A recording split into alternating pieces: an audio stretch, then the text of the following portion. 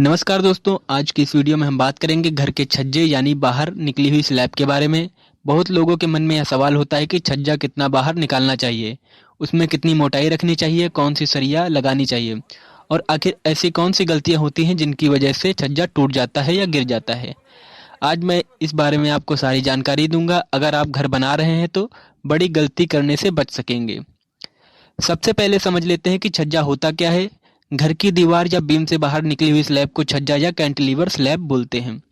इसका काम धूप, बारिश और पानी की दीवारों और खिड़कियों को बचाना होता है। कई लोग इसे बालकनी की तरह भी इस्तेमाल करते हैं, लेकिन यही जगह सबसे ज़्यादा खतरे वाली भी होती है, क्योंकि इसका पूरा वजन एक तरफ से दीवार और बीम पर टिका होता है। अब बात करते हैं 3 फुट के छज्जे की। सामान्य घर में अगर आप 3 फीट का छज्जा निकाल रहे हैं या 3.5 फीट का छज्जा निकाल रहे हैं तो लगभग 5 इंच मोटी स्लैब रखी जाती है। इसमें आमतौर पर 10 से 12 mm की मुख्य सरिया लगाई जाती है और 8 mm की दूसरी सरिया सपोर्ट के लिए दी जाती है। अगर काम सही तरीके से हो तो 3 फीट का छज्जा भी काफ़ी ज़्यादा सुरक्षित माना जाता है, लेकिन यहाँ भी सही डिजाइन और सही ढलाई जरूरी होती है। और अब बात करते हैं 5 फीट और 6 फुट के छज्जे की। बहुत लोग घर को सुंदर दिखाने के लिए बड़ा छज्जा निकाल देते हैं, लेकिन याद रखिए जैसे जैसे छज्जा बाहर निकलता है वैसे वैसे उस पर दबाव कई गुना ज़्यादा बढ़ जाता है। 5 या 6 फीट के छज्जे के लिए लगभग 6 से 8 इंच मोटी स्लैब होनी चाहिए और 12 से 16 mm तक की मजबूत सरिया और मजबूत बीम की ज़रूरत पड़ती है। ऐसे बड़े छज्जे बिना इंजीनियर की सलाह के कभी नहीं बनाने चाहिए। और अब सबसे ज़रूरी बात समझिए कि छज्जे में मुख्य सरिया सबसे ऊपर लगाई जाती है। बहुत लोग यही सबसे बड़ी गलती करते हैं और सरिया नीचे लगा देते हैं। सामान्य स्लैब और छज्जे में यही सबसे बड़ा अंतर होता है कि छज्जे में ऊपर की तरफ ज़्यादा खिंचाव आता है, इसीलिए ऊपर वाली सरिया पूरी ताकत संभालती है। और ऊपर सरिया नहीं दी गई या गलत जगह दी गई तो कुछ समय बाद छज्जे में दरारें आने लगती हैं और आगे चलकर वह टूट भी जाता है। तो दोस्तों, अब बात करते हैं उन गलतियों की जिनकी वजह से छज्जे गिर जाते हैं। पहली गलती, पतली स्लैब बनाना। कई लोग पैसे बचाने के चक्कर में बहुत ही पतली स्लैब बना देते हैं।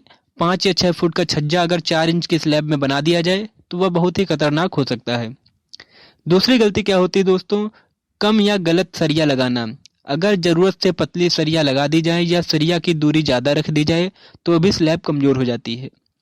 तीसरी गलती क्या होती है दोस्तों, सरिया को बीम के अंदर सही लंबाई तक न डालना।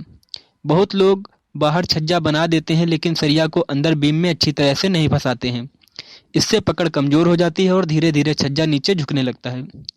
चौथी गलती क्या होती है, घटिया सीमेंट और ख़राब कंक्रीट। अगर सीमेंट खराब हो, मसाला सही अनुपात में ना बना हो तो ढलाई के समय वाइब्रेशन सही तरीके से ना किया जाए तो कंक्रीट अंदर से कमज़ोर रह जाती है।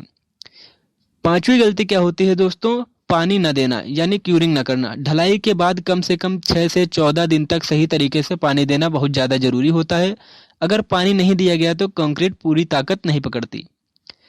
छठी गलती क्या होती है दोस्तों, जंग लगी सरिया का इस्तेमाल करना। अगर सरिया में ज़्यादा जंग लगी हो, उसकी पकड़ और ताकत दोनों खत्म हो जाती हैं। आगे चलकर यही जंग कंक्रीट को तोड़ना शुरू कर देती है। सातवीं गलती क्या होती है दोस्तों, ज़्यादा वजन डालना। यह बहुत आम गलती है। लोग छज्जे पर पानी की टंकी रख देते हैं, भारी भारी गमले रख देते हैं, मोटी पत्थर की टाइलें लगवा देते हैं या भारी लोहे की ग्रिल लगवा देते हैं। कुछ लोग तो छज्जे को स्टोर रूम की तरह इस्तेमाल करते हैं। इससे वजन बढ़ता है और छज्जे पर दबाव पड़ता है।